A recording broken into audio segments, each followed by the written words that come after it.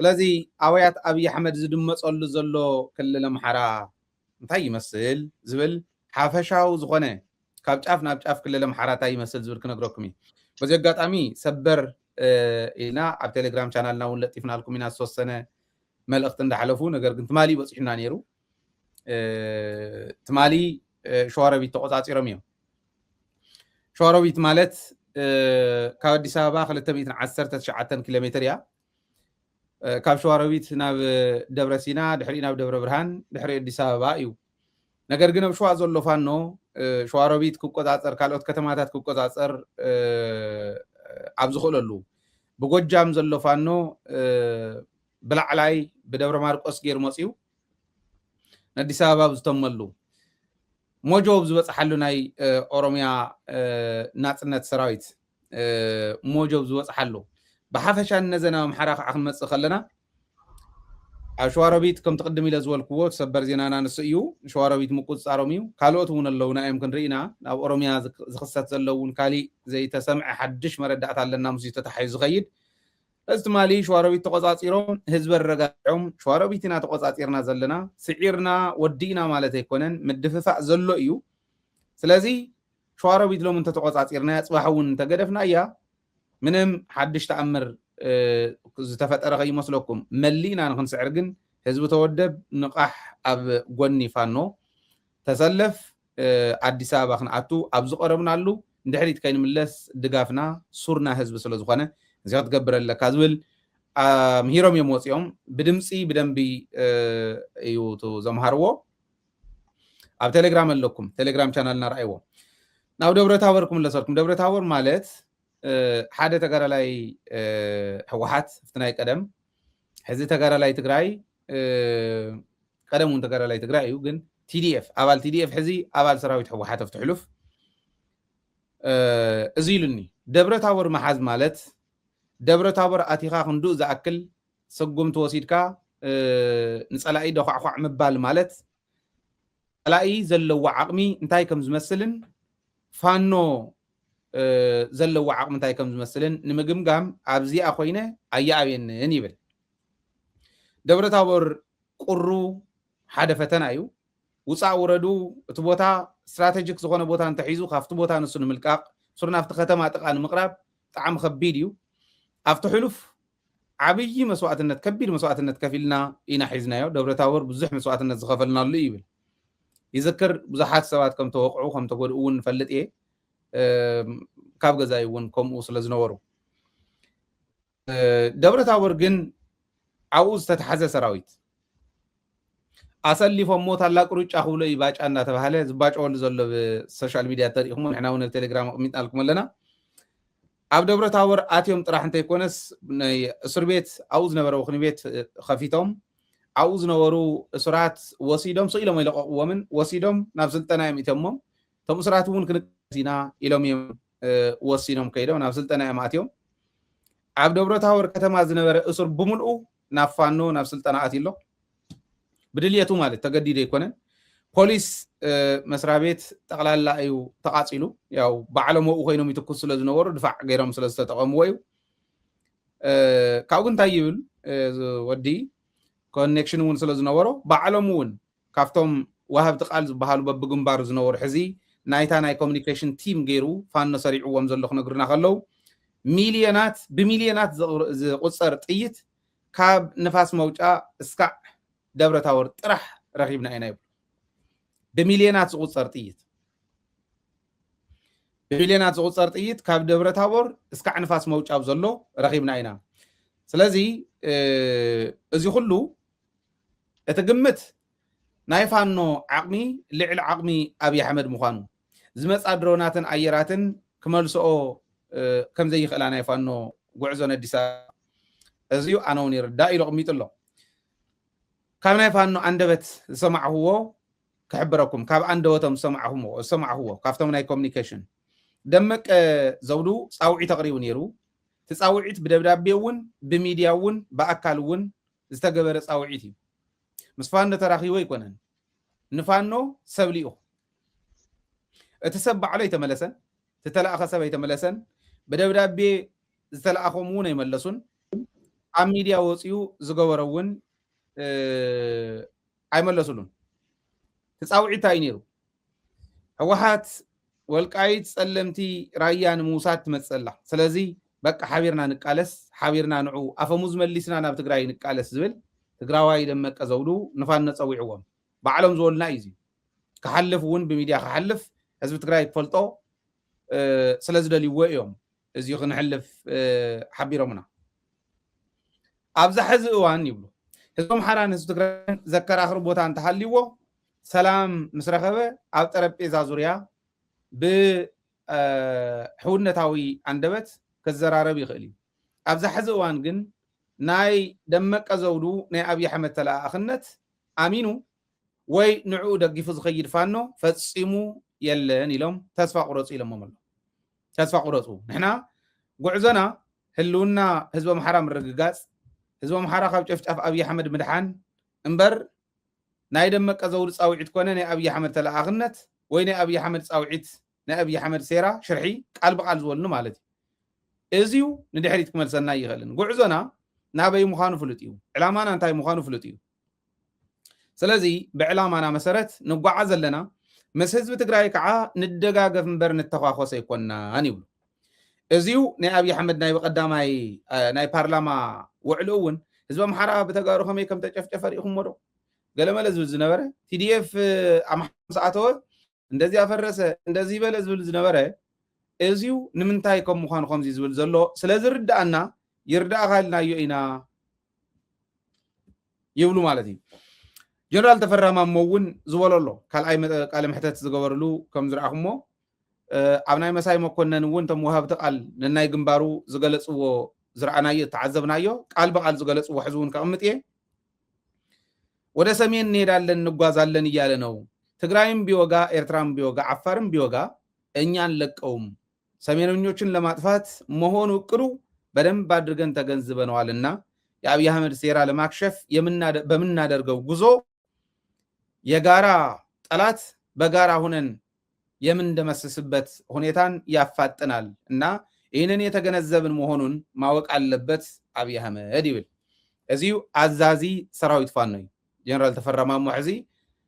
ተራ ስልጣን ሲል ናይ ሴንትራል ኮማንድ አባልነት ጥራሕ አይኮነ አዛዚ ሰራዊት ፋኖ ፖለቲከኛታት ብላዕሊ ብፖለቲካን በወታደራውን ዝመርሕዎ ዘለው ንፋኖውን ዝገልጽዎ ነገር ኣሎ ህዝቢ ኣምሓራን ህዝቢ ትግራይን ሓቢሩ ነሽሓት ዘመናት ታሪክ እንዳሰርሐ ዝመፀ እምበር እናተባኣሰ እናተኳለሰ ዝመፀ ኣይኮነን ስለዚ ህዝቢ ኣምሓራን ህዝቢ ትግራይን ሓደ ዝኾነሉ መድረክ ንምፍጣር ንድሕሪት ዘይንብል ምዃኑ በዚ ኣጋጣሚ ህዝቢ ትግራይ ክግንዘብ ይግብኦ ይብሉ እዚ እንተኢልና ናይ ጎንደር ፋኖ እውን ባዕሎም እውን ይገልፅዎ ከም ዘለው ትሪእዎ ከም ዘለኹም ሰፈረ መለሰ ዝመርሖ ዋላ እቶም ሸፋት በዓል መሳፍንት ዝመርሕዎ ዝነበሩስ ሕዚ ንምዕራብ ትግራይ ዝሓልፍ ናብ ሰሜን ምዕራብ ዝመፅእ ኣብ መንገዲ ይቕጥቅጥዎ ከም ዘለው ብደንቢ ሰሚዕኹም ትኾኑ ንሕና እውን ሓቢርና ኢና ናይ ቅማንት ሰራዊት እውን ናብ መተማ ገፅ ፍፁም ዘወር ዘይብል ገይርዎ ኣሎ ዘወር ንኸይብል ገይርዎ ኣሎ ንላዕላይ ከይወፅእ እውን ሕዚ ኣብ ፍየል ውሃብ ካልኦት ዝካየዱ ዝነብሩ ናይ ዝሓለፈ በይኖም ንምንታይ ዝብል ናገው ሰራዊት እውን ድልው እየ ዘይ ከድሕን ሓቢረ ከዓ ናይ ሓባር ፀላኢ ክድምስስ ኣብ ዝብለሉ ኩነታት ኣለና ኣምሓራ ቦዚ እንተሒዝና እያ ኣምሓራ ብርግፀኝነት ካብ ቃለም እውን ንሰምዖ ካብ ቃለ ምልልሶም እውን ንሰምዖ ዘለና ካብ 60 እስካዕ 70% ርግፀኛ ኮይነ ቀኒሰ ንክዛረብ ማለት ሳቶም 70-80% ኢሎም ኣለው ኣነ 60-70 ክብሎ ንታሕታይ ክወርድ ካብዚዩ ብማእኸላይ 70% ኣምሓራ ክልል ኣብ ትሕቲ ፋኖ ኣላ ኢልና ክነቕምጥ ንኽእልና ብኮንፊደንስ ስለዚ ኣምሓራ ክልል ኣብዚ ደረጃ ኣላ ሸዋሮቢት ግን ወሳኒት ከተማ እያ ንሸዋ ጠቕላላ ናይ ሸዋ ከተማታት ንምሓዘብ ዝገብሮ ጉዕዞ ወሳኒት ከተማ እያ ኣብ ትሕቲ ቁፅፅር ፋኖ ኣትያ ከም ዘላ ይግለፅ ኣሎ ማለት እዩና እዚ ኢልና ናብቱ ናይ ክተት ኣዋጅ ናይ ኣብይ ኣሕመድ ክውስኸልካ ዜና ዝርዝር የቕርብ ስለ ዘለኹ ብዙሕ ግዜ ዝወሰድኩ ከይመስለኩም እቲ ካሊእ ምስኡ ተታሒዙ ዝርአ ናይ ፋኖ ጉዕዞ ናይ ፋኖ ኦፕሬሽናት ከምዚ ኮይኖም እንዳሃለው ጠቕላላ ናይ ኣብይ ኣሕመድ ሰራዊት ግን ክተት ናብ ሰሜን ኢሉ ኣውጅ ኣሎ ክተት ኣዋጅ ኣውጅ ኣሎ ناب سمين إزبل ناب تجراي مالتي فانون بقلص يقميطهم ولا تجراي يزمته مهون እናውቃለን ይለመለው ጸኒ ሐዘ ቅምጣ ነጥበላትኒ ግን ታኽተት አዋጅ እንታይ አትመስል ዝብል ከቅምጥ ሞና ወኻኽ መጽይ ታኽተት አዋጅ ዘቅርቡዋ ኦሮሚያ بقلص قريبه ملو كتت بوليس زنوركم بقلص زولو قصرهم يوزي مدبنيا بوليس فلي حيلي في اي بي حلوا زنوركم تقليلكم بطرتا يكون بخالي وصيكم زنوركم تملسو مغنياتو بستفالي مغنيات تسناويتكم زنوركم كتملسو نغبرو لزلنا اورميا بوليس يصوي زلو ازي نغبرو لزلنا بسرونا حصير وانا حدا سمون وشتي اشوعت معلت وشتي بهصوص كتملسو كتمصنا سراحكم نغبرو زلنا ENDF نا ኢትዮጵያ ሰራዊት ናብ ሰሜን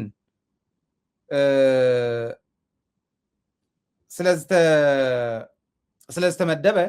ናብ ሰሜን ክኸይድ ስለዝተዓወጀ ስለዝተሰማረወ ናይ ጸጥታ ክፍተት ከጋጥም የኦሮሚያ ኢልና ስለንሐስብ ናይ ኦሮሞ ናጽነት አርሚ ንምሕላው ENDF ስምሪት ወሲዱሉ ዝነበረ ቦታውን ክፍተት ከይፍጠር ንምግባር حرصت انت يترفى بملشان تسلطينا تم زنور طرحت يكونس اسلطينا وسيخنا لكم ازي حلو واخد غبرو توهيلو نتم تملسو سلطنا نتم زي تملسو صاوعي تغيرلهم الله لمد زلوم كلهم نمملاس ناي قدن عاوز خون اللوان بصيحنا لنا ايولو زمتنا بسمين يبلو نافانو طرح يكونن بوانانت ناب تግራይ يزور زلو اذا ناي ጎጃም مبزحتن ከተማታት لغيوني اب ከተማ ዝነበረ لذي ناب تግራይ يزمتلو تزمته خطت اواي تعوج انه صنحلناون بوصر درجه نقربو يناب كالي نطبي عاوزي بصيحلنا امحراهم زيلا اورميا خطت تبللا عاوزي زلك حساب اقمطمو كالوتكم اب يوتيوب تكتاتلنا زلهم تالين كومطلكم منالباش توسنا ناي ميليتري تنتنا خطغور تخول انت هليكم كعب سلكون نخن مكرينا لما عنتي ወታደራው ትንተናን ዝገብሩ ጥራሕ ተዘይ ኮይኑ ግን حساب ክንገልጽ ኢና ትብሉ ታሊን ከብታሕተላትኩም ክትአትኹሉ ኢኹም ሚቅጽ ግርም ታንክ ዩ ሃይለ ደጊሜ ሁሉኩም ተኸታተልቲ ቲ ኩነታት ንሪኦ ኣለና ግልጺ ናይ ተምሓደ ሓደ ባንዳታት እውን ቅድሚ ታውናስ ናውጋዕና ነርና ታ ንእሽተይ ዘነበብካያ እውን ነራ ማለት እዩ ካብቶም ልኡኻት ናይቲ ተጋሩ ኮይኑ ሳፍቲ ባንድነት ዘለዎ አዲስ አበባ ዳሕራይ ዋላ ንመጽኦ ኢና ፀገም የለን ዝገርመኒ ዘሎ ኣነሲ ሓደ ህዝቢ ትግራይ ኣብዚዩ ብደንቢ ተረጋጊና ክንሪኦ ዘለና ፈለማ ያው ኩናት ዝጉስጉስ ብልጽግናና ብልጽግና እዩ ኣብዚዩ ግልጽ ክንገብሮ ኣለና ብልጽግና ግን ደጋጊሙ ብፈኸራን ብብድዕን ዝመጾ ዝነበረ ሒዚ ግን ጉዕዞታት ንሪኦ ኣለና ናብ ትግራይ ጥራይ ኣይኮነን ኣብ ኤርትራ ኮሎ እዩ ማለት ናይዚ ሕልምሲ ንዝኽልትዩ ግንባር ንኽልትዩ ሓይሊ ናይ ህዝቢ ትግራይን ህዝቢ ኤርትራን ከጥፍ እየ ክድምስስ እየ ኢሉ ዝኸደ ዘሎ መገዲ ግን ናይ መጨረሻ ንኡ መጥፊኡ እምበር ህዝቢ ትግራይ ህዝቢ ኤርትራ ክጠፍእ ከም ዘይኽእል ፍሉጥ እዩ ትግራይ ከኣን ትማል እውን ኢልና ኢና ከም ናይ 2013 ዝነበረቶ ኣይኮነን ኢኮኖሚ ዋላ እንተተጎዳእና ተተሃሰይና ካው ተማሂርና ግን ዝሐሸ ምዕራት ገርና ስለ ዘለና ሓፈሻዊ ኦሮሚያሲ ኣብ ኦሮሚያ ናምነት ታይልካስ ናይ ፖሊስ ኦሮሚያ ጻውዒት ገይርዎ ዘለሲ በቃ ቅድሚ ሕዚ ብተፈላለየ መገዲ ወፂ ዝነበረስ ክተት ንኣእቶይሉስ ኣብ ምንታይ ሞያ ኢና ርኢናዮም ክዋግኡ እቲ ኦላን ባዕሉሲ ቀሊል ተዋጋኣይ ድዩ ዘለዎ ማለት ቀሊል ተዋጋኣይ ኮይኮነን ባዕሉ እቲ ናይ ኢትዮጵያ ሰራዊት ንብሎ ዘለና ናይ ብልጽግና ኣብዞም ሓለፉ 5 ዓመታት ምንቅስቃስ ዝገበረ ተዋግኦስ ኣነ ሒዚ ንኣብነትስ ቅድሚ 2 መዓልቲ ኣብዚዩ መሳርያ ስለ ዘለዎ ዘየርእየና እምበር ቪድዮ ነይሩ ዝመፀኒ ስኢለፍቲ ናይ ባዕለይ ፌስቡክ ሰቂለ እየ እቶም ናይ ኦሮሞሲ ናይ ፌደራል እዞም ቀይሕ ኮኸብ ዝገበሩ ተይቀረ እኮ እዮም እና ርገፍዎም ዝረአ ማለት ናይ መብዛሕትኡ ግዜ ኣነ ንስኻን ነቕርቦ መድረክ ከምቲ ቅድሚ 2 መዓልቲ ዝበልክዎ እውን ዋላ ናይ ዛዕባት ናይ ኦሮሚያ ምንቅስቃስ ዘይተዛረብናሲ ኦላሲ ቀሊል ጉዳት ኣይኮነን ዝፈጥረሉ ዘሎ ናይ ፋኖ ከም ዝወርካያ ኮይኑ ማለት እዩ ሒዚ ናይ ኦሮሚያ ክተት ዝኒሄ ናይ ጭንቂ ናይ ፍርሒ መገድን እዩ ምክንያቱ ኩሉ ሓይሊ ናብ ናብ ትግራይን ናብ ኤርትራን ከምፅኦ እንተሎ ኣዲስ ኣበባ ከመን ይክሕልዋ እተን ተወሰና ድሮናት ኣሚኑ ድዩ ኣዲስ ኣበባ ወይ ካቶም ቀይሕ ኮኸብ ዝገበሩ ንቲ መንግስቲ ክሕሉ ተባሂሎም ዝነሄ ወይ ድማ ቶም ሮድ ዝወፁ ዝነሄ ኣዲስ ኣበባ ለይቲ ለይቲ እዩ ማለት መብዛሕቶም ዚኣቶም ምስ ክልተ ሰለስተ ድምፂ ምስ ሰምዑ ሲ ዘለዎም ዩኒፎርም ናይ ፖሊስ ይኹን ናይ ሰራዊት ቀይሮም ናብ ቀሚሽ ናብ ጂንስ መሳርያ መንጠልጥሎም ዝሃድሙ እዮም ንዕቀት ዘይኮነሲ ሓቅነት እዚ እዩ ባይዘወይ መብዛሕትኡ ኣብ ኣዲስ ኣበባ ኣካባቢ ኣዲስ ኣበባ ወፂኻ ናይ ኣሰነገለ መስመር ናይ ሻሸመነ ዚያት መስመር ዘሎ ንኣብነት መብዛሕትኡ ንረብሓ ተዘይኮይኑ ዕላማ ሒዙ ንኣዲስ ኣበባ ክከላኸል ንካሊእ ዝኒሄ ካይዳ ናይ ብልፅግና ደጊፉ ዝንቀሳቀስ ሓይሊ ኣይኮነን ዘሎ ስለዚ ንሕና ኣብዚ ክርደአና ዘሎ ሲ እቲ ካብ ኣዲስ ኣበባ ምክጅምር ኣብ ኣዲስ ኣበባ ኮይንኩም ምስ ብልፅግና ትሰርሑ ዘለኹም ተጋሩ እቲ ጉጉይ መገዲ ዘለኹም እሞ ካብኡ ወፂኹም ግን ኣብቲ ዘለኹም ኮይንኩም እውን ዓበይቲ ስራሕቲ ክሰርሑ ትኽእሉ ኢኹም እንድሕር ናይ ብሓቂ ንሃትኩም ብጅግንነት እንድሕር ኮይኑ እዚ ዓለም እዚ ክትፍለይዎ ምክንያቱ ፅባሕ ንጎ እንታይ ከም ዝገብረኩም ዝፍልጥ እዩ ብልፅግና ኣብዚ ኣነን ሃይለ እንትማለት እናገለፅና ነርና ኢናኮ እንታይ ድዩ ዝነበረ ጌታቸው ጎዲናኮ ነዚኦምስ ክንኣምኖም ኣይግበአናን ኢሉ ተዛረበስ ንኣኻትኩም እዩ ካሊእ ህዝቢ ድማ ቦቱ ዘለዎ ዓዲ ዘለዎ ትግራይ ኤርትራ ዘሎ ድማ ንኸጥፍኡና እንዲዮም ዝሒዙ እውን ዝውገስ ዘለው እዚ ዘይኸውን ስለዝኾነ ግን ኣብቲ ዘለኹም ሞ ታሪክ ክሰርሑ ተኮይንኩም እቲ ቃልሲ ኣዚርኩም ንኡ መውቅዕ ትገብርዎ ፅቡቅ እዩ እዚ ኢለ ግን ኣብ ኣምሓራ ክልል እቲ ናይ ቅማትን እቲ ናይ ኣገው ሓይልን ቀሊል ምድርጃው እናገበረ ኣይኮነን ፀኒሑ መብዛሕትኡ ግዜ ዛዕባ ቲዲኤፍ ኒና ንሕና ኣብዚ ንዛረብ ናይ ቅማት ሓይሊ ግን ብቁፅሪ ኢልካ ብምድርጃዋት ኢልካሲ ቀሊል ኣይኮነን እናተዘጋጀወ መፅእ ዘሎ ሶቲ ናይ ጎንደር ግንባር ንኣብነት ብልፅግና ሒዙ መፅኡ ክደፍእ ዝሓስብ ዘሎ ናይ መተማ ዮሃንስ ስጋቱ ናይ ኣርሚ ሰብዓ ዝንሄዎ ናይ ሕሞራ ተደጋጊመን ብኣየር እናተንቀሳቀሰና ምፅኦም እናወስኸሎም ዝፀንሐ ናይ ተከዘዘብ ኢልካ ንኣብነት ብዙሕ ዝርዝረሉ ዓንተ ዝሰለለይ ናሪእኽዎ ነይረሲ ብጣዕሚ ኣብቲ ናይ ምዕራብ ትግራይስ መዓት ራዕዲ እኒሄ ዋላ ሰራዊት ናብ ቡረ ኤርትራ ብዙ ክደፍእ ብዙ ናብ መቐለ ክመፅእ ናብ ኣላማጣ ብታሕቲ ብቆቦ ክመፅእ ዝንቀሳቀሶም ዘሎ ምንቅስቃሳት መጨረሽኡ መጥፍኢቱ እያ እቲ ሓዊ ክውላዕ እንተሎ ናይ ኣምሓራ ሓይሊ ወይ ድማ እዚ ናይ ፋኖ ንብሎ ዘለና ኣዲስ ኣበባ ንምቁፃርስ ክንደይ መዓልቲ እያ ትወስደሉ ማለት ገልገሊኡ ሰብ እንታይ እዩ እንታይ ዓቕሚ ኣለዎ ፋኖ እዩ ዝብለካ ቅድሚ 3 መዓልቲ ተኣምር ተሰርሐ ግን ርኢና ኢና ሶ ናይ ብልፅግና ሓይሊ ብብዝሓቱ ናብ ትግራይን ናብ ኤርትራን ክጉስጉስ ተሎሲ ብኦሮሚያ ዝኒሄ ኦላ ብኣምሓራ ዝኒሄ ግንባራት ናይ ፋኖ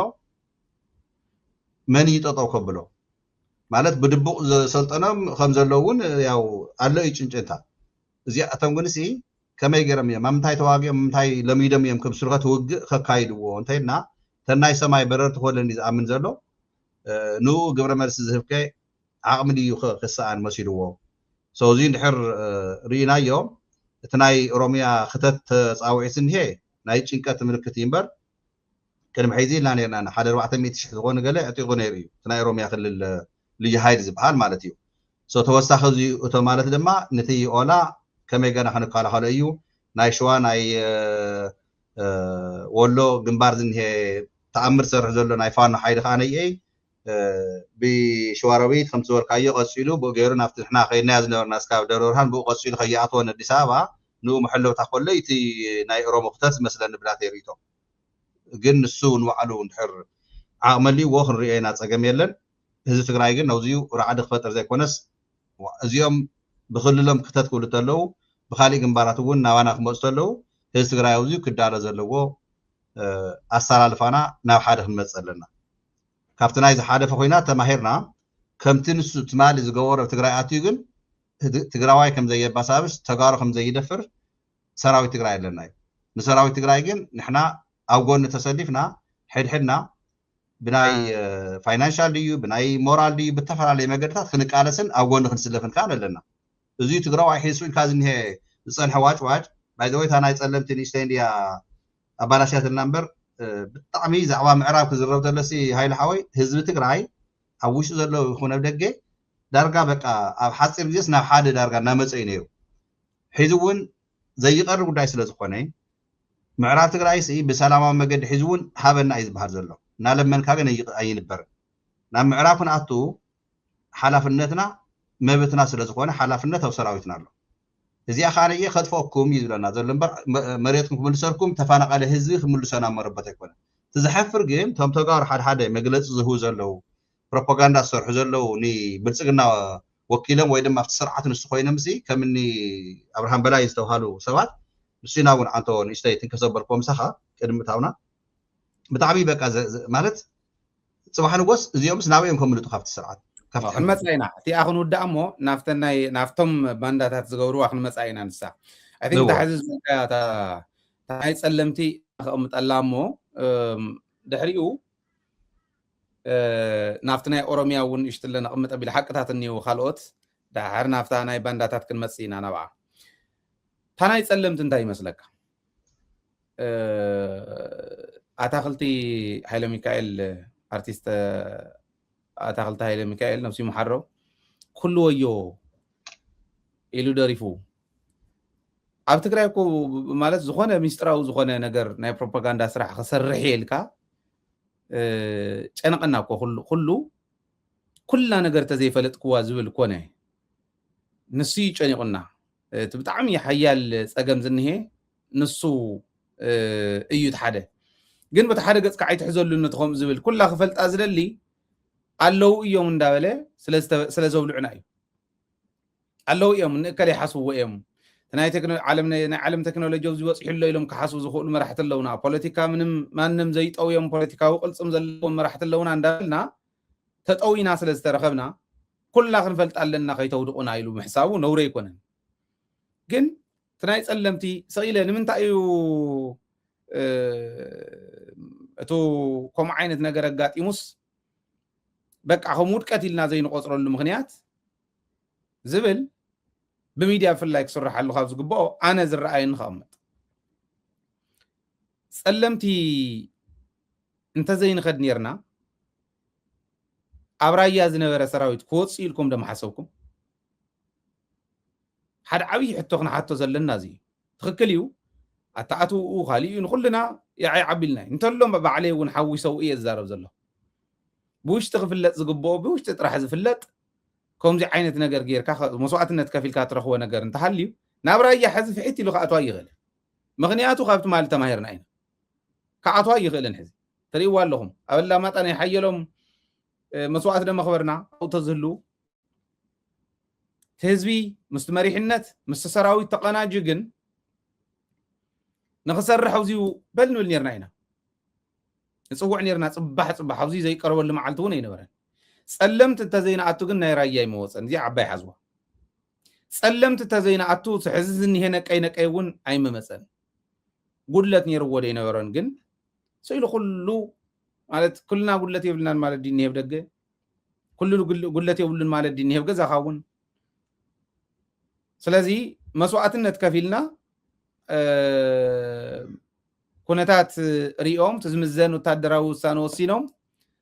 እቲ ብራያ ዝነበረ ግን ግሕጥ ኣቢሎም መውፅኦም እዮም ኣብኡ ከፊሉ ስኢሉ ካሊእ ስራሕ ዘይስራሕ እዩ ዝመስሎ እንታይ ዓይነት መሳርሒ እንታይ ዓይነት ማሽን እዮም ሒዞም ነይሮም እንታይ ዓይነት መረዳእታ እዮም ንሳይ ዝልእኹ ነይሮም እንታይ ዓይነት ሰባት እዮም ብገንዘብ እንዳገዝኡ ኣብ ማእኸል ኮይኖም ብገንዘብ እንዳገዝኡ ንዝሸገሮ ህዝቢ ናይ ባዕልና ናይ ውሽጥና መረዳእታ ክወስዱ ዝሞክሩ ነይሮም ዝብል ክንርኢ ክንክእል ኣለና ስለዚ ፀለምቲ ምእታውና ተኽሲ ጀሚሩ ሓደ እቲ ውዕል ፕሪቶርያ ሙሉእ ከም ዝተሓሶ ዶክተር ደብረፅዮን እውን ገልፆ ሪኢኹም ኣለኹ ሙሉእ ብሙሉእ ጥሒስዎ ኣለዎ ዋላ ወዲ ወረደ እውን ገሊፅዎ እዩ ከምኡ ክግበር ኣይነበሮን ሕና ኣይተዳለና ነርና ክንርከብ ኢና ኣቲና ንተኽሲ ተዳሊና ንኩናት ተዳሊና ኣይከድናን ዝተዘራርብ ኣፈላላይ ክህልዎ ይኽእል ትቶኑ እምበር ትመልእኽቲ ሓደ እዩ ንሕና ንኩናት ኣይተዳልናን ነርና እዩ እቲ ናይ ወዲ ወረደ ዝርርብ ግን ስለ ዝነበረ ሃውና ክንብል ከይድና ንዕወል ንዘራረብ ኢሎም ክዘራረቡ ከፍኒ ዝበሉ ሰባት ወቂዖሞም ትሽዓተ ከይዶም ነቶም ክልተ ዓበይቲ መራሕቲ ሒዞም ነቶም ካልኦት ረሽኖሞም ሰራዊት ተቆጢዑ ናብ ኩናት ኣትዩ ምስ ቀተልዎም ንዕኦም ቀቲሎም እውን ስቀ ይበሉን ንዕኦም ቀቲሎም ናብቲ ካሊእ ተኽሲ ጀሚሮም ሕሪ መልሲ ክህብ ኣለዎ እቲ ሰራዊት መልሲ ሂቡ ኢሉ ደብረጽዮን እውን ነጊሩና እዚኣ እታ ተኸሰተት ኩነታት ከምኡ ምስ ኮነ ግን ሒዞሞ ዝነበሩ ሒዞም ምጽናሕ ደመሓሸ ወይስ ምምላስ መሓሸ ንዓቶም ምልከት ውሳነ ይኸውን ምምላሶም ግን ምስ ዘለና ወፃዕናይ ውሽጥና ቃጸሎ ንምንታይ ኢልና ኩልና ተቆጢዕና ኢና ግን ርግዕ ኢልካ ምሕሳብ ከዓ ኸድሊ እዩ ከምኡ እንተዘይንኾን ናይ ራያ መወፀን ዝብል እኳስ እኹል ይኽብል ደልየ እቲ ኻሊእ እንታይ እዩ ዘርእየኒ ይመስለካ እቲ ናይ ኦሮምያ ዘለዓልክዎ ብፍላይ I don't know ትረኣየካ ዶ ይትረኣየካን እዚኣ ንዓኻ ቸክ ግበረለይ ሞ ከርሰር ይረኣየካ ዶ ከርሰር ኦኬ ከርሰር ዝረአ እንተኾይኑ ሕዚ ተኸታተልቲ መደብና ትርእይዋ ዘለኹም ሸዋሮቢት ማለት እዚኣ እያ ታ ከርሰር ዝኔትላ ካብ ሸዋሮቢት ናፍተን ዝነበርናለን ደብረ ብርሃን ደብረ ሲና ክንከድ ከለና ደብረ ብርሃን ማለት እዚኣ እያ ኣብዚኣ ኢና በፂሕና ነርና ሕና ኣብዚኦም እኒአው ፋኖ ኣብዚ ከባቢ እዚኦም ዝገጠራት እዚዩ ፋኖ መሊኡ እዩ ንሱ ፋኖ እውን እዩ ዘመሓድሮ እታ መንገዲ እዚኣ እያ ታወና ታሕዚ ፋኖ ዝቃለሳ ዘሎ ኣብዚኣ በፂሖም ኣለው ካብዚኣ ናብ ደብረ ብርሃን ናፍታ ዝነበርናላ ክበፅሑ ኣብዚኣ እያ እኒሃ ስለዚ ናፍታ በፂሕና እያ ዝነበርና ክበፅሑ 85 ኪሎ ሜትር እያ ትተርፍ 85 ኪሎ ሜትር ማለትስ ዳርጋ ዓድዋ ኣይምን ኣክሱም ሽረ ወይ ዓድዋ ሽረ ማለት እዩ ኤግዛክትሊ እንደውም ዓድዋ ሽረ ማለት እዩ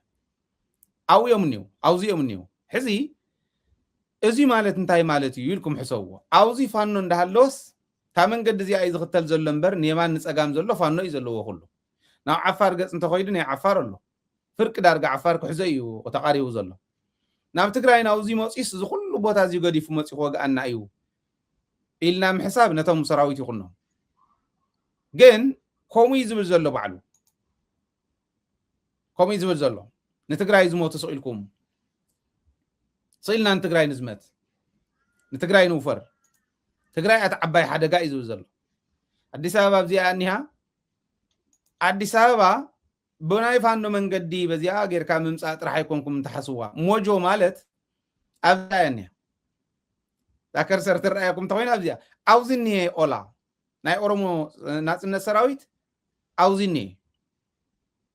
ብምሉኡ እዚ ከባቢታት እዚዩ ንሱ ዝቆፃፀሮ እዩ ናብ ኢስት ሓረርጌ ኺዱ ንነዘን ታሕታይ ናብ ደቡብ ገፅ ኪዱ ናብ ጋምቤላ ናብ በዓል ቤንሻንጉል ነዘ ገፅ ኪዱ ብኩሉ ኣሎ ፋኖ ክዓዘው ዝኒሄ ኤርያ ብምሉኡ ሒዝዎ እዩ ዘሎ ተዓዲ እኮ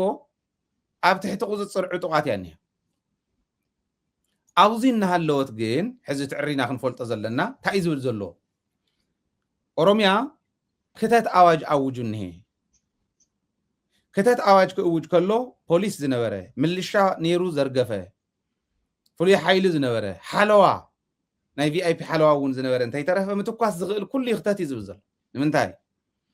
ብምብራቅ ዝነበረ ብደቡብ ዝነበረ ሰራዊት ኢትዮጵያ ኩሉ ናብ ሰሜን ይምፃእ ይብል ስለ ዘሎ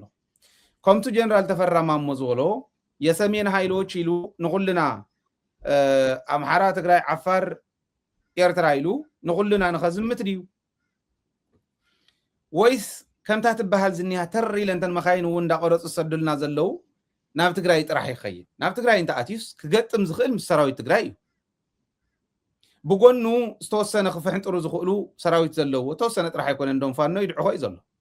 ከምዚኦም ዘለሉ ናብ ትግራይ ክዘምት ከሎ እንታይ ክፀንሑ እዩ ዝብል ድሓን ንሱ ነቶም ጠቢባን ንግደፎ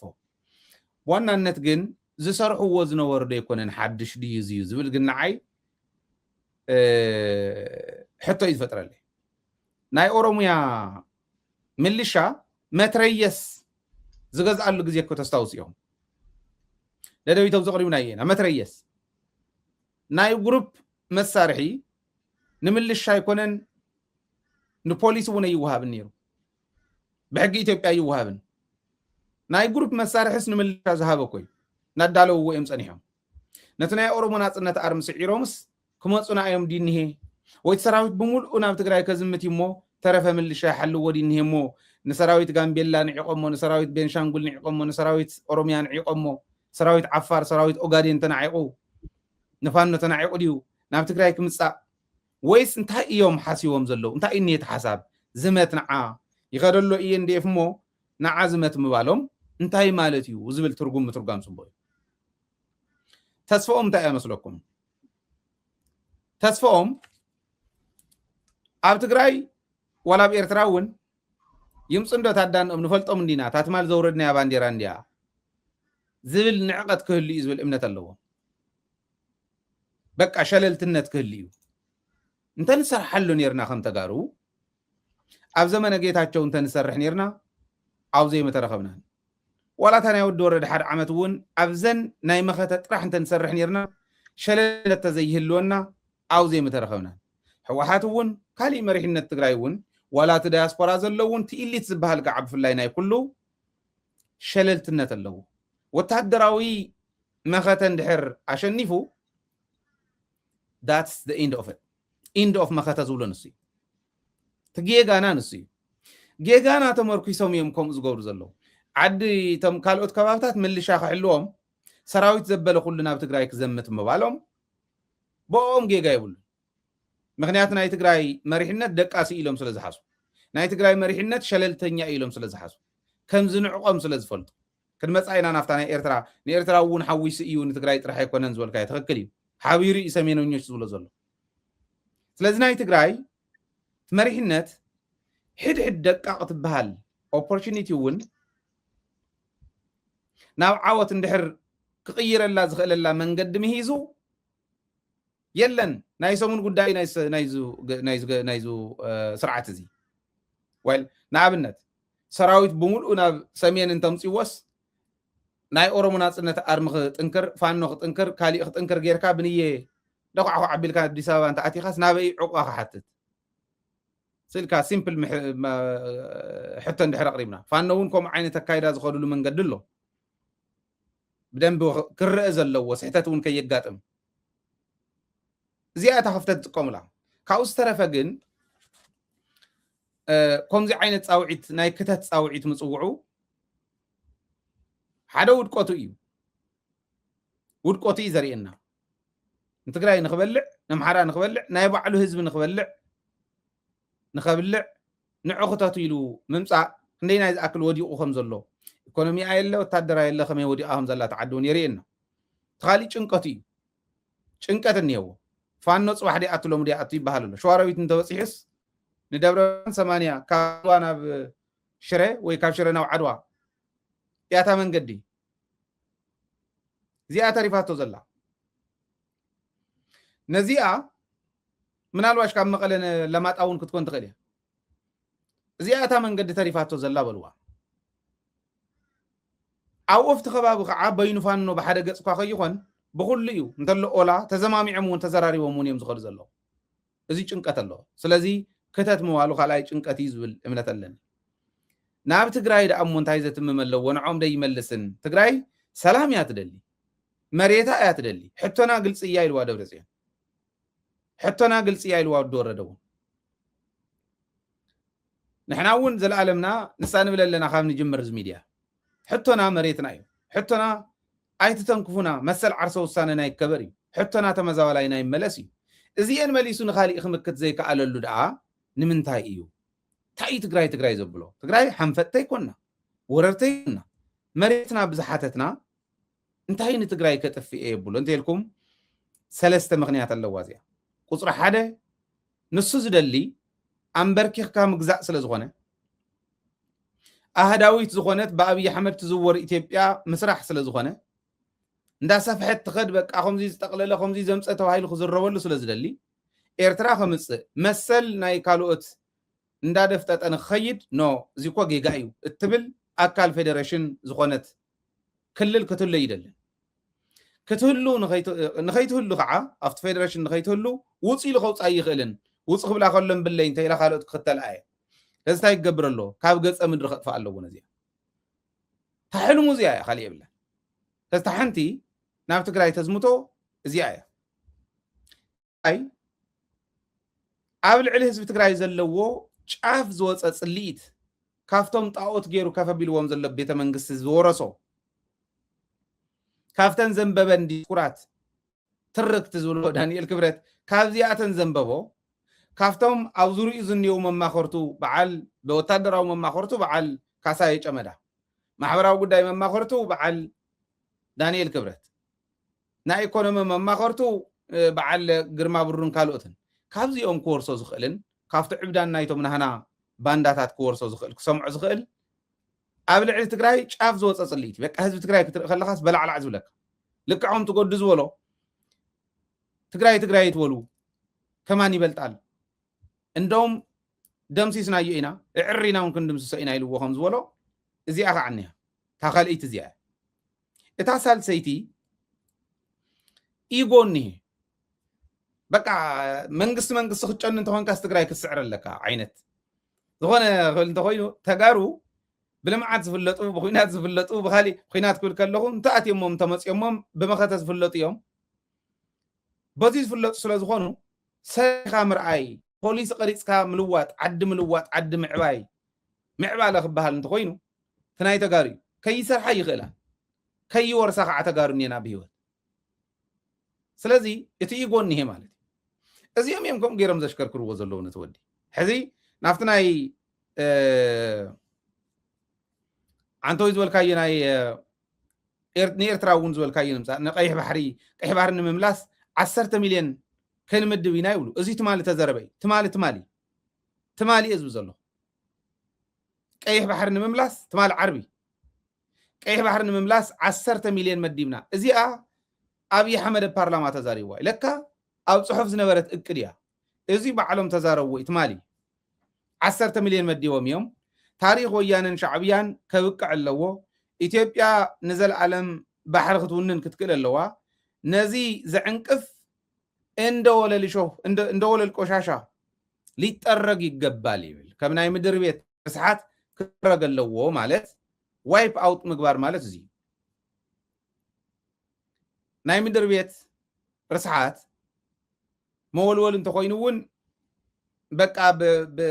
በልማሚት ኢኻ ትውልውሎ ኣብ ገጠር ብመኮስተር ዝኹስተር እንተኮይኑ እውን በልማሚት ኢኻ ትኹስትሮ ፃፀይ ንበሮ ሓመድ ንበሮ ጉርዲ ንበሮ ብዘየግድስ ኩሉ ኢኻ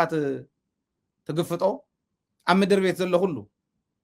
እንደወለል ቆሻሻ ሊጠረግ ይገባል ይህንን የሚያደናቅፍ ካለ እንደወለል ቆሻሻ ሊጠረግ ይገባል ማለት ተጋሩ ኣብ ልዕሊ ተጋሩ ክምክሑ ከለዉ እቶም ባንዳታት ተጋሩ ዋይፕ አውት ክንገብሮም ኢና ኢሎም ኢሉ ፔካሃፍስቶ ባዕሎም እውን ምስ ታሪኾም ኣብ ትሕቲ መሬት ክኣትው ኣለዎም ኢሎምና እዮም ከም ታዝማንያ እውን ሓደ ሰብ እስካዕ ዝተርፍ ክንቀትሎም ኢና ድሕሪኡ ሓደ ሰብ እውን ክነጥፎ ኢና እውን ኢሎምና እዮም እንስሳስ ኣብ ፅሕፍቲ እያ ነይራ ለካ ትማሊ ኣብ መድረክ ተዛረብዎ 10 ሚልዮን ብንመድብ ይብል በአምሓርኛ ከም በወልኩም የወያኔን ሻዕቢያ ታሪክ ያቃል ኢትዮጵያ ለዘላለም የባህር ባለቤት የወደብ ባለቤት ትሆናለች ይህንን የሚያደናቅፍ ሁሉ ደግሞ እንደወለል ቆሻሻ መጠረግ አለበት ያትብል ዚያ ኣብ አተሳቲፈ ዝበለ ሰብ ዝለኣኸልና እያ ስለዚ ዓለም ኣብ ካሊእ አጀንዳ ያዘላውን ይብሉ ዓለም ኣብ ካሊእ አጀንዳ ኣብ ዘላትሉ ኩልኻ ተሓባበር ኩልኻ ክተት ኩልኻ ዝመትኢልና ኢትዮጵያ እንድሕር መሊስና እያ ሜጋ ዝበሃል ፕሮጀክት ኣብ ኢትዮጵያ እውጅ ንኽእል ኢና ይብሉ ሜክ ኢትዮጵያ ግሬት አጌን ማለት ሜጋ ካብ ናይ ኣሜሪካ እዮም ኮፒ ከም ዘለዎ እታ ናይ ኣሜሪካ ማጋድያ ክትኮን እያ ሜክ ኣሜሪካ ግሬት አጌን ሜጋ ዝበሃል ፕሮጀክት ከእውጁ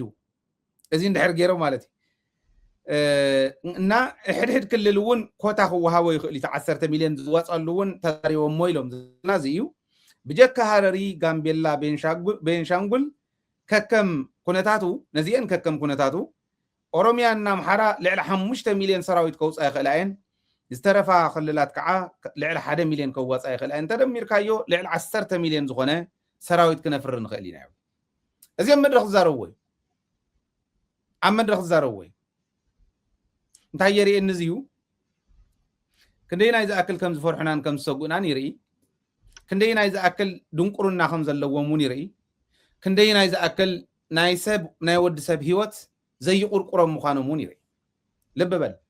10 ሚልዮን ማለት ሓንቲ ትግራይ ምልእት ማለት እዩ 10 ሚልዮን ማለት 10 ጅቡቲ ማለት እዩ 10 ሚልዮን ማለት 10 ኢስቲሞር ኣብዚ ዘላና ህና ኣብዚ ቀረባይ ኢስቲሞር ትበሃል ወይ ከዓ ቲሙለስቴ ብዝብል እውን ትፍለጥ እያ 10 ኢስቲሞር ማለት እዩ 10 مليون مالت مبل 30 إيد ناي أمريكا بزح حزب مالت 10 مليون مالت عصفي population كند رواندا مالت عصفي population كند إسرائيل مالت أزيو أطفئهم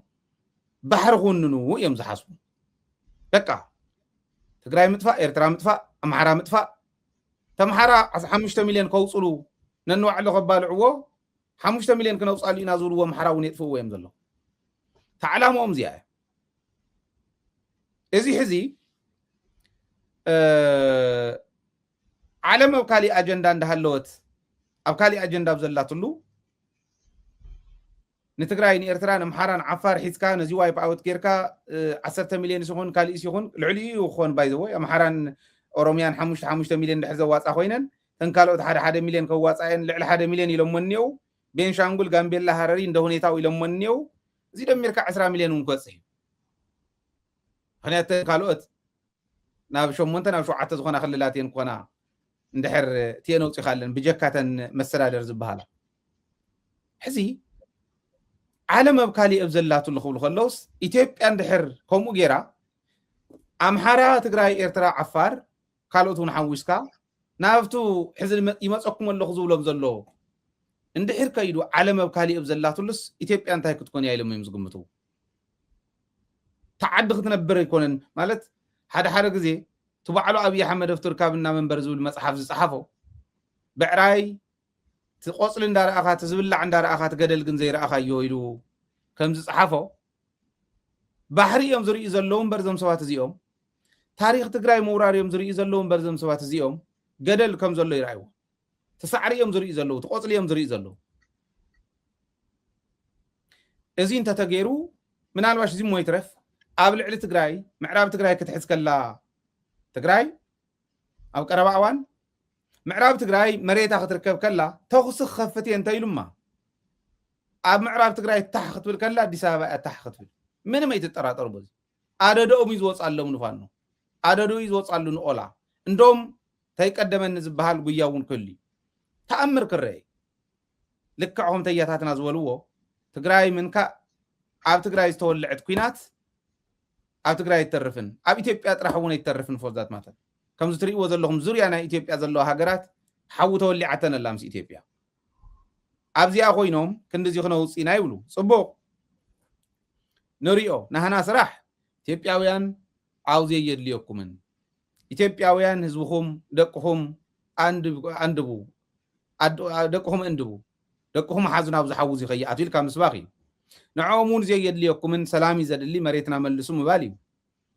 ነቲ ካሊእ ማሕበረሰብ ነቲ ይመፁ ኣለኹ ይኸዱ ኣለኹ ዝበሃል ኤርትራ እውን ሓዊሱ ካብተን ናይ ኢትዮጵያ ክልላት እውን ይመፅኹም ኣለዉ ማለት እዩ ዓያሹ ስለ ዝኾኑ ናይ ደንቆሮ ውሳነ ይውስኑን ማለት ኣይኮነን ንኤርትራ እውን በዚ ክንኣታ ኢና ዝብልዎ ኣሎ ንሱ ክንመፆ ኢና ምናልባሽ ከንውሕ ቀፅል እሞ ኣነ እውን ክመለስ ግርም ማለት 10 ሚልዮን ህዝቢ ኣስሊፍካ ናብ ኩናት ናብ ሓዊ ክትእቱሲ እቲ ናይ ሎጂስቲክ ወይ ገርመን ነይረሱ ኢለነቱ እናፀሓፍኩ ነይረሲ እንታይ ዓይነት ማኔጅመንት እንታይ ዓይነት ሎጂስቲክ እንታይ ዓይነት ትራንስፖርቴሽን እንታይ ዓይነት መሳርያ ኢኻ ክተዕጥቆ እንታይ ዓይነት ውዳበ ኢኻ ክተውድቦ እዚ ሲ ስኽን ኢሉ እንተሓሲቡሉ ዝኾነ መሪሕነት ማለት ብስሩስ ሓደ እቲ ህዝቢ ከውኪብካ ስለ ዘምፀኻዮስ ክዋግእካ እዩ ማለት ኣይኮነን እቲ ሓቅነት ሲ ክንሕዞ እውን ክንክእል ኣለና ከም ማሕበረሰብ ምክንያቱ እዚ ክሰምዕ እንተሎ ገልገሉ ህዝቢ ከም ዝዳናገፅ ይርድአኒ እዩ እዚ ትግራይ ይኹን ህዝቢ ኤርትራ ኣብዚ ክርድአና ዘለዎ ብሓፂር መገዲ ዝፈከሩ ይፈክሩ 10 ሚልዮን ድዩ 20 ሚልዮን ድዩ ከም እንስሳ ከውኪቦም ኣምፅኦም ናብ ሓዊ ክጠውስዎ ህዝቢ ብሔረ ብሔር ናይቲ ኢትዮጵያ ግን ብጣዕሚ መሕዘን እዩ ናተይ እምነት ብቁጥሪ ህዝቢ ኣይኮነን ክዕወት እውን ኣይኽእልን ምክንያቱ ህዝቢ ትግራይን ህዝቢ ኤርትራን ክነብር ኣለዎ ክነብር ከኣነየ ክቃለስ እዩ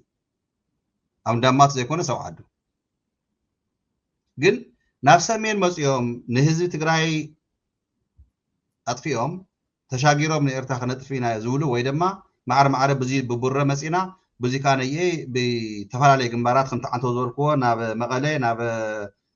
دو تجراي ناب ريان متاوق اللي أنا نقول نسأل كانونز حجزوهم زلوا الصراحة بتيكان ايه زناي عن توزور كوا بحمارة يكون بسلمتين اي دوار جنبار زنية سمين الزولوه زيادة حيسكا أبزق أربع جزءون أنا نسخان قريسنا نيرنا نتقرأيون سؤالكم بق أقدفنا أسئلكم نايم عراق وداك نملسلكم من أنا هاتكم يجين نير تراخ أتينا بكل جنباراتنا نتقرأ كن أتو عنك فاتي تكون نازل حتى قريب نادي زين نحنا زي نقبل مخنا على مرز الله إرتراوي أبدأ نوشتن مالتينية كردو خلدو يزون أسال الفنا قلصنا قلصيو وحس تقرأي كنفتر نتقرأي موسي خطف نهز تقرأي خطف مريت تقرأي قراريسي خمدلتك تكمية هافتا قلنا ناي تقرأي ورق ديو خالي خزر في يزبل حيلي ناي شوعة موسو تسلفو زخحادنا أي نقبرن تراي دي كونا سي خنق على سومينا عدنا أي مريتنا أيو هزبنا ناو عدنا خمدلسي تناتنا عاوزي جين خلت فوقكم ينا يدوم تنا 10 مليون زمت حيو تقصر جين بتنسوم تحسوا وزلون تخيلين كاون لعلون خووني زول كايو عاوزي دقيمة محزن يزبل عاوزي كنت هاي اللي مسلكا أب ساعات زيو إثيوبيا مساعة تسلف حيلي سيلن بزيكا أمرت يونايتد أمرت يا تمقبا زلا عتقيلكم ناي جنزبيلكم وزته كل نجر مهناتو يونايتد أرب أمرت خندق انش تخون هاجر 11 مليون قال زخون هزب زلو افتعدا ناي بعلاقن بطعم وحد زخون هزب زحازت اتي هافتا جنتا اب حمدية بايزوي تكالا تخيلاتو امرت بسروس هافتا جنتا سي بزيكا اويل ويدما زيتي نداج خالي من يبلا هافتا جنتا سو ازيو نحرشا مريت يبلا خالي هافتا جنتا سورس بحال يبلا بزيكا اتي زوركمنا توسخه بانتا هيا ناي اللوز بحال ريزورت ناي عالم ناي توريزم اب حمد ساند مالت بسورس نورمال حمد زي كونه مالت سو يشتتت النابلس قم نجر زي ولو مريت حيزا تعلام انت ايو اب تግራይ اب ኤርትራ ዝርከቡ ወርቅታት ሃፍተገነታት በተለይ ምዕራብ ትግራይ ድማ ናይ ሕርሻ መሬት እዙይ ንክትጥቀም እዩ ትግራይን ህዝቢ ኤርትራን ክጠፈሎ ኢላ ተሰሊፋ ምስ ብልጽግና ተካይዶ ዘላ ካብ ወፃኢ ግን ኣብቲ ቀርኒ ኣፍሪካ ተመፂና ኢትዮጵያ ከም ሃገር ኳ ኣነ ቆፀርኳ በላዒትና ስለ ዝኾነት ምስ ኤርትራ ሰላም ይትፈጥርን ናይ ጅቡቲ እውን ዳርጋ ታሽሙ ዘሎ ኣብ ኣየር ተሳፊፉ ዘሎ ሶማሊያ ግብፂ ሱዳን ሳውዲ ዓረቢያ ነው ዓላም ኢትዮጵያ የተሰለፈትን ሶ ኢትዮጵያ ሒዚ አይሶሌትድ ያ ኮይና ዘላ አይሶሌትድ ዝኾነ ፖለቲካ ኣፍልጦ ዘይብሉ አብይ አሕመድ ንሕና ከም ተጋሩን ኤርትራውያንን ኣብዚ ኣነ እንታይ እየ ትብል ዘሊ መስለኩም እዚ ሜጋ ዝበልካዮ ሜክ ኣሜሪካ ግሬት ኣገን ኢሉ ናይ ዝዓበደ መንግስቲ ኣብዚ ዘሎ ኣሜሪካ ዶናልድ ትራምፕ ዝተባሃለ መጨረሹ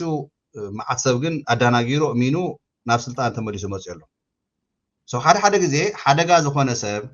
ናይ ፖለቲካ ዓለም ብደንብ ዘየንብብ ዘይርድእ ሰብ ትማል ውርኢናዮ ናብ ካሊእ ሃገር ከይዱ ናይ ካሊእ መንግስቲ ሓኒቁ ዘምፀ መንግስቲ ከምኡ ዝዓበደ ኣብ ኢትዮጵያ እውን ሎሚ ንርኢ ኣለና ኣብይ ኣሕመድ ዝተባሃለ ናይ መጨረሻ ናይ ሕጊ ናይ ዓለም ዘይኽተል ንህይወቱ ከድሕን ንሽሙ ክዕቢ ናይቲ ሃገር ሪሶርስ ናይቲ ሃገር ህዝቢ ከም ማለት ከም ሽንቲ ዘይርዮ ብጣዕሚ ፅይፍ ዝኾነ ግን ካስ ሓደጋ ዝሓዞ እቲ ቁፅሪ ንብሎ ዘለና እቲ ናይ እምረት ሓገዝ ዝረኽቦ እውን ሲ ብቁፅሪ ደረጃ ርግፀኛ እየ 10 ሚልዮን ዕጡቕ እንተመፂሲ 5 ሚልዮን ዕጥቂ ንኤርትራ 5 ሚልዮን ዕጥቂ ንትግራይ የውፍዮ ኣለዎ ማለት እዩ ከም ዶኔሽን ንቅበሎ ኢና ኣብዚኡ ንዕቐ ከይመስለኩም ዝዋጋዕ ደናግረካ ሓዝሞ ኣለማዮ ቪድዮካ ኦን ግበሮ ኣስተኻኽል ካሜራካ እውን ድሕሪኡ ክእትወካ ብድምፂ ጥራሕ ስለ ዘይንእቱ ቀፅል ዘን 5 ሚልዮን ኣረኪብካና ኣለካ يو سلازيو نحنا 10 مليون عتق نحن سديد الناس نا 10 مليون عتقي نحنا 5 مليون ارترا 5 مليون عتقي تقبل لا مالتيو نمتى يزلوخ مسلكم قلص نغور دحر حيزي حزب ارتران حزب تግራይ ندرغي حبير مكتوب انقفات نيرو صقمات نيرو غودلات نيرو يردنا اي ግን حبير مكتوب حبير قالس انتلو እንታይ ዓይነት ሓይሊ ከም ዝፈጥር እዚ ህዝቢ እዚዩ ንፈልጦ ኢና እታ ትመጽእ ዘላ መጥፊኢትና ትበሃል ዘላ ሒዚ ማዕረ እያ ንክልተና ዕጫ ሶንሕና ከም ተጋሩን ከም ኤርትራውያንን ኣብዚዩ ብሓደ ዘይንስለፈሉ እንታይ እዩ እንታይ ኢልኩም እቲ ዝጋገ እቲ ዘስግ እቲ ንኸውድ ዝሓስብ ተዘይኮይኑ ካሊእ ኤርትራውያን ኣብ ደገ ይኮነ ውሽጢ ዘለዉ ተረዲእዎም ተጋሩ ኣብ ውሽጢ ዘለና ኣብ ደገ ዘለና ንኾነ ውሽጢ ዘለዉ ተረዲእዎ ኣሰላልፋና ምዕሩይ ኮይኑ ብሓደ ንኽልቲኡ ህዝቢ ፅምዶ ኢልና ኣለና እቲ ፅምዶ ዘላቕ ክኸውን ይርደአና እዩ ኣብዚ ሰዓት እዚ ግን ብስሩ ስትራቴጂ ኣሰላልፋና ክንነብር ግዴታ ስለ ዝኾነ ማለት ግዴታ እኳ ይኮነ መብትና እዩ ኣይትነብሩን ኢሉ ከጥፈና ተሰሊፉ ዝኒ ሓይሊ ግን ንሕና ተጋሩን ኤርትራውያንን ብሓደ ክንምክት ብሓደ ክንስለፍ ዘድሊ መስዋዕት እውን ብሓደ መስዋዕት ክንከፍል ምዃንና ኣይትጠራጠሩ ብምንም ተኣምር ባይ ዘ ወይ እቲ ኣብዚ ብቅድሚ 2-3 መዓልቲ ዝበልክዎ 1000 ገለን 52 ኪሎ ሜትር ዝኣክል ቦርደር ዘሎ ናይ ትግራይ ናይ ኤርትራ ሰራዊት ትግራይ ሰራዊት ኤርትራ ዘይተኸሰሉ ደረጃ በፅሕና ዝበልክዎ ሒዚ ግን ከጥፈኩም እየ ኢሉ ዝዓምም ዘሎ ዝመፅእ ዘሎ ዝደፍእ ዘሎ ናይ ብልፅግና ሰራዊት ይኹን ናይ ብልፅግና ጎስጓሲ ብድሕሪት ዘሎ ናይ እምረት ኣወንጫፊ ንዝዩ ክንምክት ህዝቢ ትግራይን ኣነ ከም ማለት ከም ውልቀይ ርእይተይ ከም ፃውዒት ዝመስለኒ ህዝቢ ትግራይን ህዝቢ ኤርትራን ብሓደ ክምክት ብሓደ ክምርሽ ብሓደ ክስለፍ ዝሓለፉ ጌጋታትና ዝሓለፉ ድኽመታትና ንሱ ተረዲእና ንቐፃሊ ንሶም ብደንቢ ጌርና ፈቲሕና እዚ ህዝቢ እዚ ክነብር እዚ ህዝቢ ክብል ከለኹ ህዝቢ ኤርትራን ህዝቢ ትግራይን ክነብር ብሓደ ሰላም ክነብር ውሕስ ዝኾነ ሰላም ኣብዚ ክልቲኡ ማሕበረሰብ ንክቅፅል ንክንነብር እዩ ዘሎ ባይ ዘበል ሰዓት እዚዩ ክልተኻ ብሓደ ንክትምክት ግን ዓለም ሙሉእ ዘለካ ትግራዋይን ኤርትራውን ግን ኣብዝዩ ስመር ኣብዝዩ ብሓደ ምምፃእ እዚ ናይ ሕድሕድና ፅልኢትን ፈኻራን ብድዕታትን ንሪኦ ግደፉ ኣይጠቕመናን ብስሩ ኤርትራዊ ኮንካ ኣብ ደገ ዘለካ ዛዕባ ህዝቢ ኤርትራ ውሽጢ ዘሎ እንድሕር ኮይኑ ናይ ብሓቂ ብልቢ እንድሕር ትሓሊ ኮንካ ትሓስብ ኮንካ ትግራዋይ ፀላኢ እየ ኢልካ ሰዓት እዚዩ እንድሕር ትፍክረሉ ኢኻ ግጉ ኢኻ ማዕረ ትግራዋይ ኮንካ ኣብ ሰዓት እዚዩ ፀገመይ ፀላእየይ ህዝቢ ኤርትራ እዩ ምስ ኤርትራ እዩ ፀገመይ ትብል ትግራዋይ ዝኸዳዕካ ኢኻ ኣሰላለፈኻ ዘይኮነስ ንከብድኻን ንግዚኡ ረብሓታትን ኢኻ ትሸይጥካ እምበር ብልቢ እንድሕር ንህዝቢ ትግራይ ትሓሊ ኮንካ ትግራዋይ ኮንካ እቲ ፀገማት ኣብ ምዕራብ ዘሎ ኣብ ፀለምቲ ማለት ተተኮሰ ተኽሱ ዝነበረ ብሻዕብያ ኣይኮነን ትግራይ ብሻዕብያ እያ ትውነን ዘላ ሕወሓት ፍርቃ ናብ ኣስመራ ፍርቃ ናብ ኣዲስ ኣበባ ዝበሃል እውን ይሰምዕ እየ እዚ እውን ይቕፅሉ ኣሎ ባይ ዘ ወይ ፕሮፓጋንዳ ሕሶት ፃዕዳ ሕሶት እዩ ትግራይ ብተጋሩ ትምራሕ ኣላ ኣብ ትግራይ ዝነበረ ፖለቲካ ይመዓራር ኣሎ መሪሕነትና እውን ይመዓራር ኣሎ ፅቡቕ ነገራት ይስራሕ ኣሎ ህዝቢ ትግራይ ልክዕ ማለት ምትኹታኹ ነይሩ እዩ ኣሎ እዩ እዚ ግን ይመዓራር ኣሎ ምክንያቱ ሰዓት እዚዩ 11 ኣወር ዝበሃል ደረጃ ኢና በፂሕና ዘለና ስለዚ እንታይ ክብል እየ ከም ተጋሩን ከም ኤርትራውያንን ስኽን ኢልና ልቢ ጌርና ዝመፅእ ዘሎ ሓደጋ እንታይ እዩ ብስሩ እውን ኤርትራውያን ኮይኖም ስርዓት ናይ ኤርትራ እውን ክመዓራር ኣለዎ ኢሎም እንድሕር ዝማጎቱ ኮይኖም ዝቃለሱ ኮይኖም ተጋሩ እውን ከምኡ እንድሕር ኮይና መጀመርታ ፕራዮሪቲ ዝበሃል ኣለዉ ህዝብና ክነብር እንድሕር ኮይኑ ኣሰላልፋና ነመዓራሪ ምስ ብልፅግና ምሽዋት ተሰለፈ ሓይሊ ኣብ ደገ ዘሎ ይኹን ኣብ ውሽጢ ጠቕላላ ንኸውድ እዩ ኣለኹ እዚዩ ማዕረ እዩ ኤርትራውያን ኩሉ ተጋሩ ኣብ ኣዲስ ኣበባ እንድሕር ተሰሊፍኩም ምስ ብልፅግና እንድሕር ተሰሊፍኩም ናይ ሽዋ ሓይሊ እንድሕር ኮይኑ እምነትኩም የለኹምን ፅባሕ ንጎስ ሓቢርኩም ክጠፉ ኢኹም ግን ተይፀልመተ እንዳሃለወይ ናብ ልብኩም ተመለሱ ህዝቢ ትግራይን ህዝቢ ኤርትራን ብሓደ ተሰሊፉ ብሓደ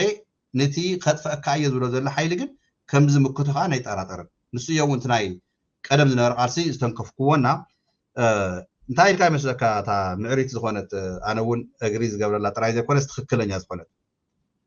ናይ ፀለምቲ ዕንቅፋት ዘጋጠመና ኣብኡ ሓደሓደ ነገራት ዋላ ደስተ ዘይበለና ዋላ ንእሽተይ እንተኩረፍና ፀለምቲ ብምኻድና ምርዳእ ነይርዎ እዩ ብልፅግና ክሒድና እዩ እምበር ስዒድና ብሃንደበት ኣይኮንናን ከይድና እዩ ኣብኡ ምስ ከድና ግን ክሒድና እዩ ብልፅግና እምበር እቲ መሬት ጸለምቲ ተረከብዎ ቀሲልኩም ትኻሊእ ግን ክወኩም እየ ናብ ኤርትራ ግን ከኣቱ ከይትተዓናቕፉኒ ስጉም ትወስድ እየ ኢሉ ውሽጣ ውሽጢ ዝሰርሖ ዝነበረ ሽርሒ እዩ ንሕና ግን ማንም ዝኾነ ናይ ብልፅግና ሰራዊት ብማእኸል ትግራይ ፈንፂሑ ኣትዩ ንኤርትራ ዝዋጋእ ከምዘይንሕልፉ ከዓ ይፈልጥ እዩ እዚኣ እያ ነይራ እዚኣ ምስ ፈለጠ ግን ዘጋጠመና ትዝበልካዮ ናይ ኣላማጣ ናይ ኮረም ናይ ጥንቡጋ ዝነበረ እንዲያ ወዲ መሐመድ እቲ ናይ ኣላማጣ ግንባር ናይ ኮረም ሓዊስካ ከማንድ ገይሩ